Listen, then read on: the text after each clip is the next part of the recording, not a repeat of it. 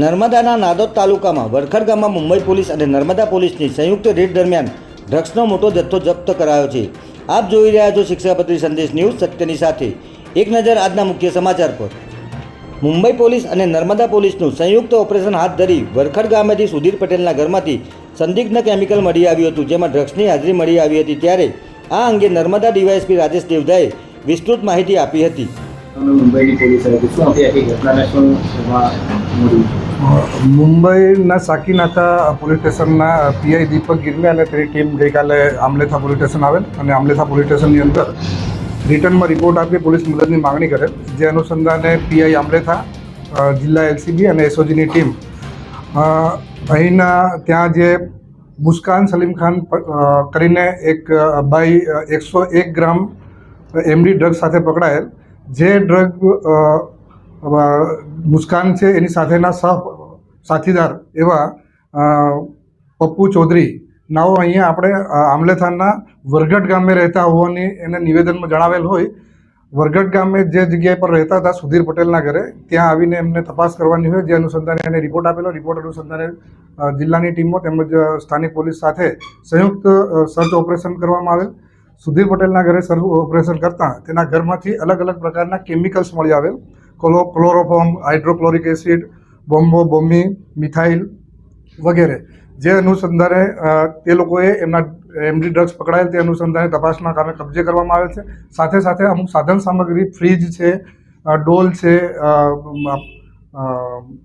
એને અલગ અલગ સામગ્રી જે છે એ એમને કબજે કરી છે। સાથે સાથે આ જગ્યા ઉપર એક લિક્વિડ ફોર્મમાં એક દ્રવ્ય મળી આવેલ, જે દ્રવ્ય ખરેખર શું છે તે એ સ્પષ્ટ નહીં કરી શકતા આપણા દ્વારા એફએસએલને બોલાવવામાં આવેલ।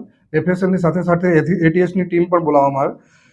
એફએસએલ દ્વારા તે જગ્યા પર જે પાત્રમાંથી એ લિક્વિડ એમને કબજે કરવામાં આવેલ હતો તે પાત્રની ચકાસણી કરતાં તેમાં કોઈ પણ પ્રકારના ડ્રગ્સની હાજરી પ્રાથમિક દ્રષ્ટિએ જણાવેલ ન હતી। તેમજ સાથે સાથે એટીએસની ટીમને બોલાવી એટીએસ દ્વારા તેમની કીટથી એની સર્ચ કરી અને એની તપાસ કરતાં આ દ્રવ્ય છે એની અંદર અલગ અલગ પ્રકારના કેમિકલ્સ ની હાજરી જણાયેલ, જેમાં ઇથાઇલ પ્રિપેરેલ, યુરિયા નાઇટ્રેટ, પાલ્મેટ્રિક એસિડ, પેઇન્ટર સ્ટીપર વગેરે પ્રકારની કેમિકલની હાજરી જણાયેલ, પરંતુ આ ચકાસણી દરમિયાન કોઈ પણ પ્રકારનું ડ્રગ્સની હાજરી તેમાં જણાવેલ ન હતી।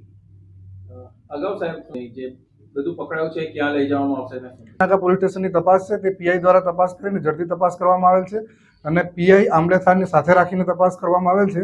એ તમામ મુદ્દામાં પંચનામું કરી અને કબજે લીધેલ છે અને કબજે કરીને તપાસના કામે સામેલ રાખવામાં આવેલ છે। પપ્પુ ચૌધરી જે છે, પપ્પુ ચૌધરી છેલ્લા અહીંયા આમલેથાની અંદર સુધીર પટેલના ઘરે છેલ્લા 2 કે 3 વાર લોકલ ગામ લોકોને પૂછપરછ કરતા જાણવા મળે છે કે દેખાયેલ હતો। છેલ્લા 1 મહિનામાં જ દેખાયેલ છે, એ પહેલાં ક્યારેય એ લોકો જોયેલ નથી। અગાઉનો એનો ઇતિહાસ ચૌધરીની આમ સર્ચ કરતાં એને અગાઉ પણ ડ્રગ્સના કેસની અંદર 2 વાર પકડાયેલ છે, એક યુપીની અંદર અને મહારાષ્ટ્રની અંદર। અને જે પકડાયેલ બંને આરોપી જે મહારાષ્ટ્રની અંદર છે, મુસ્કાન સલીમ ખાન અને પપ્પુ ચૌધરી, બંને મહારાષ્ટ્રના રહેવાસી છે, અહીંના કોઈ રહેવાસી નથી। અને સુધીર પટેલ હાલ સુધી અમારી ટચમાં કે પૂછપરછમાં આવેલ નથી કે મહારાષ્ટ્ર પોલીસના ટચમાં આવેલ નથી। જ્યારે પણ એ સુધીર પટેલ બાબતે હકીકત જાણવા મળશે આ અંગે સાંસદ મનસુખ વસાવાએ નર્મદા પોલીસને આડે હાથે લીધી છે, જેમાં તેઓએ પત્ર લખીને એસીપીને રજૂઆત કરવા છતાં પોલીસ ઊંઘતી રહી હોવાના આક્ષેપો કરવામાં આવ્યા છે। આવો જાણીએ આ અંગે સાંસદ મનસુખ વસાવાએ શું કહ્યું હતું। જી મનસુખભાઈ, અત્યારે જે મોટી ઘટના ચાલી રહી છે કે વરખડ ગામ ખાતે શંકાસ્પદ નશાકારક પદાર્થ ઝડપાયો છે, શું કહેશો એ બાબતે? જો મને જે માહિતી જાણવા મળી છે તે પ્રકારે એક વ્યક્તિ મુંબઈમાં ડ્રગ્સના વ્યવસાય સાથે જોડાયેલો વ્યક્તિ ત્યાં પકડાયો મુદ્દામાલ સાથે, ને એ લિંકની તપાસ કરતાં આપણા નર્મદા જિલ્લાના નાંદોદ તાલુકાના વરખડ ગામે આ લિંક એમને શોધતા મુંબઈની પોલીસ ને સુરતની પોલીસ ને બાકીની બધી જ પોલીસો અહીંયા વરખડ ગામે આવી છે।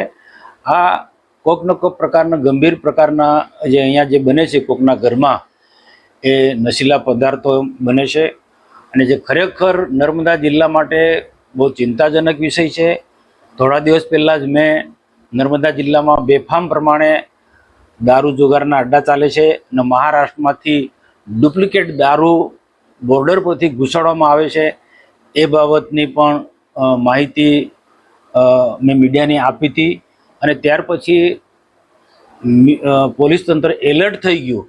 પણ મારે દુઃખ સાથે જણાવવાનું કે ફક્ત 5-7 દિવસ પોલીસ એલર્ટ રહી અને ફરી 2 દિવસથી રાબેતા મુજબ ઠેર ઠેર દારૂના અડ્ડાઓ અને મહારાષ્ટ્રમાં બોર્ડરમાંથી જે પણ દારૂ જે સપ્લાય થાય છે, ડુપ્લિકેટ કેમિકલવાળો દારૂ, એ રાબેતા મુજબ ચાલુ થઈ ગયું છે.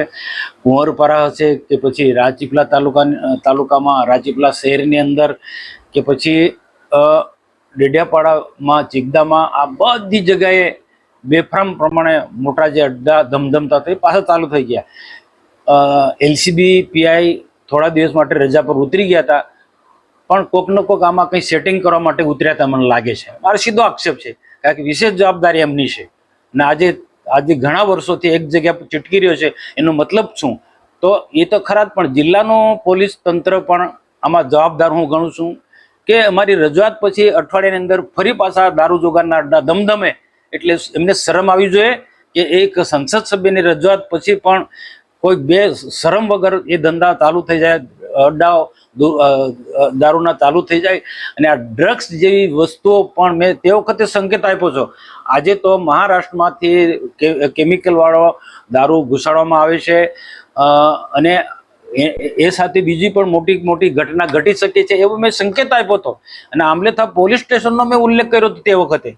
આમલેથા પોલીસ સ્ટેશનનો પણ ઉલ્લેખ કર્યો હતો કે આમલેથા પોલીસ સ્ટેશન એરિયાની અંદર ઘણા આવા અનેક પ્રકારના ગેરકાનૂની ધંધા ચાલે છે. એ મેં સીધો આક્ષેપ કર્યો. અને એની સાથે જોડાયેલો મુદ્દો આજે છે, જે વરખડની અંદર જે ડ્રગ્સને લગતું કે કેફી દ્રવ્ય જે પકડાયું છે. આજે મુંબઈની પોલીસ ને બાકી પોલીસ તંત્ર બિલકુલ એનો તપાસી રહ્યો છે. હું અભિનંદન આપું છું આ સાથે જોડાયા. પણ નર્મદા જિલ્લાની પોલીસની શરમજનક છે. અને ખાસ કરીને આમલેથા વિસ્તારના જે પીઆઈ હશે કે જે એ સાથે જોડાયેલો સમગ્ર પોલીસ તંત્રને હું એની નિંદા કરું છું કે એમના નજર હેઠળ આ પ્રકારના કૃત્ય ચાલતા હતા. અને આમને નર્મદાની પોલીસને ખબર નથી. હું તો નર્મદાની પોલીસને ગૃહ વિભાગ તાત્કાલિક સસ્પેન્ડ કરી નાખવા જોઈએ હું માંગ કરું છું.